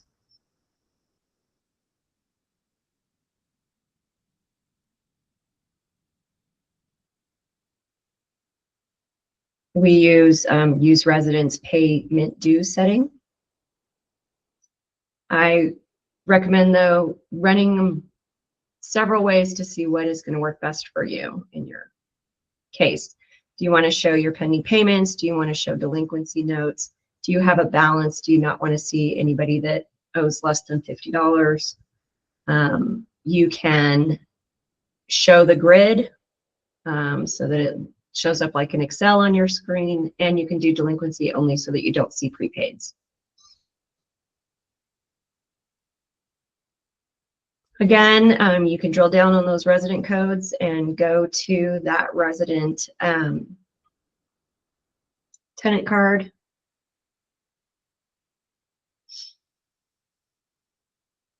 And then if you wanted to make this an Excel, you would just hit that Excel or PDF button if you wanted a PDF.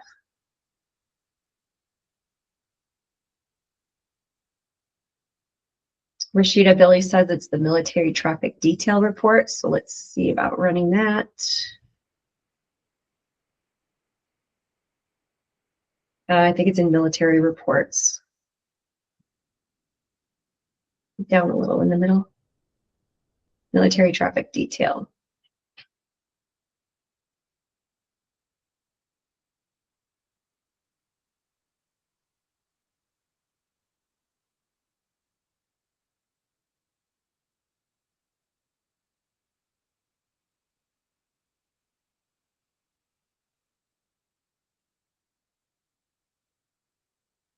When you see ETL, that means it's transferred over from one site. Just a heads up on that. They will probably create ETLs for you as you're going along if there's information that still needs to be brought over. So that's probably a term that you'll hear quite frequently in the beginning. Don't be afraid of it. It's okay. And then, yeah, it looks like you could have your agent listed there on this report.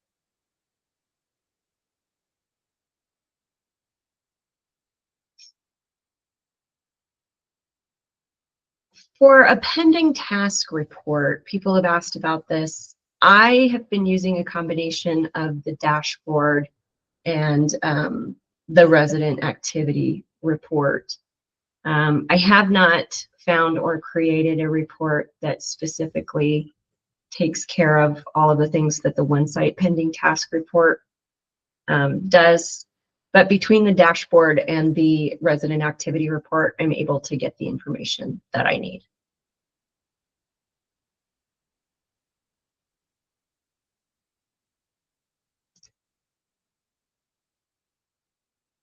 Technical issues aside, does anybody have any questions on reports? Any other reports you want us to try to pull up for now? Really, I can't stress enough how I think it's very important to be in your test environment and run reports and move people in and out and really try to work that muscle memory so that when you do go live, you're not feeling so piled on There's a lot, and it's going to be okay. And you're going to get through this, and you're going to be better off on the other side. There's just a little bit that you're going to go through between now and then, but you got a lot of people rooting for you, and a lot of people that have your back and will jump in and help with anything that you need. There's a lot of reports. Play with some ad hoc reports, see what you can find in there. I wish I had done that much sooner, and I have found that it's very helpful.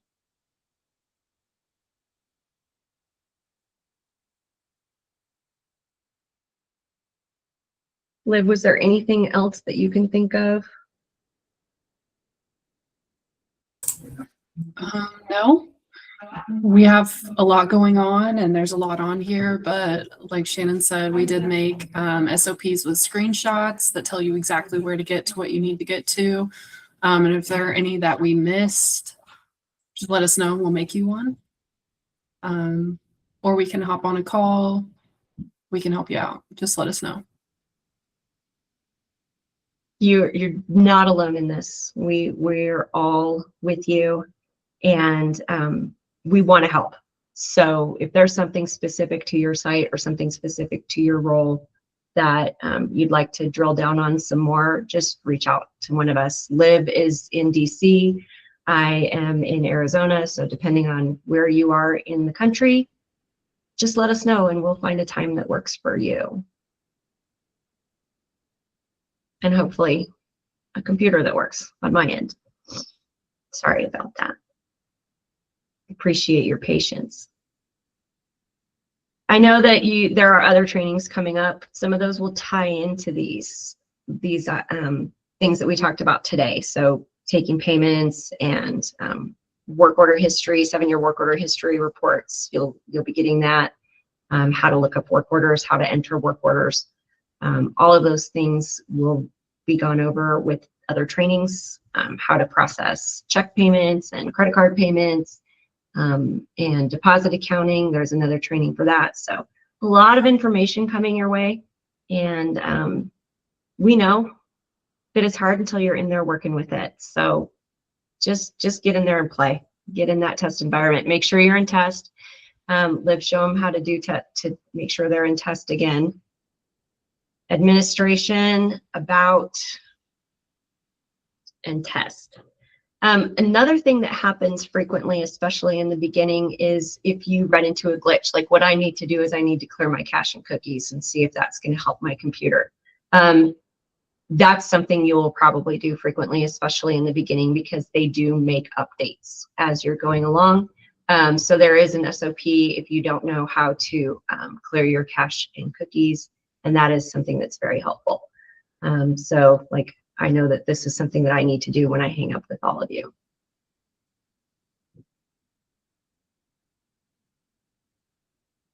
You're like the flight attendant on the plane, Liv. It's kind of fun.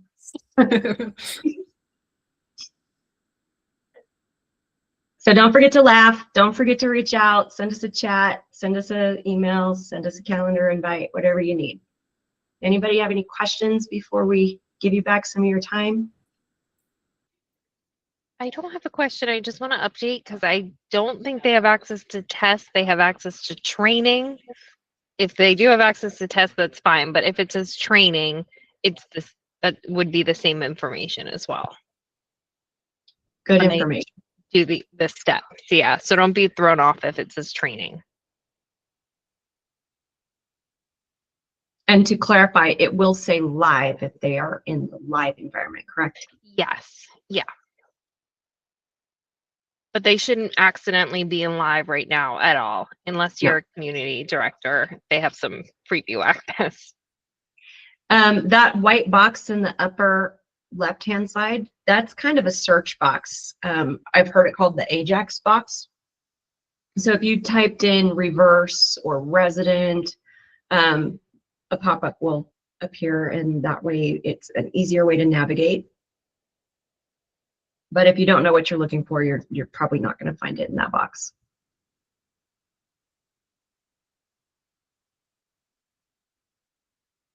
You can favorite things. That's what that star is over on the right-hand side. So if there's a function that you use frequently, you can add it to that. And then you can get there quicker.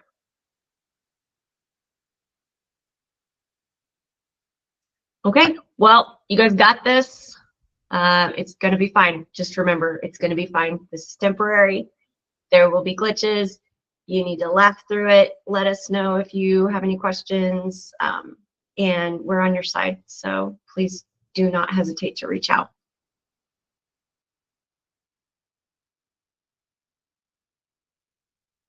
Anybody else? Okay, guys. Thank you, Shannon and Liv. Awesome. And I The know- SOPs are forthcoming. Thanks, Jen. Yes, so much work you guys did. So thank you. Well, we really mean it. We're really there for you. So let us know what you need. Okay, go and do great things. Good luck during your dark period. Get your snacks, self-care. Be good.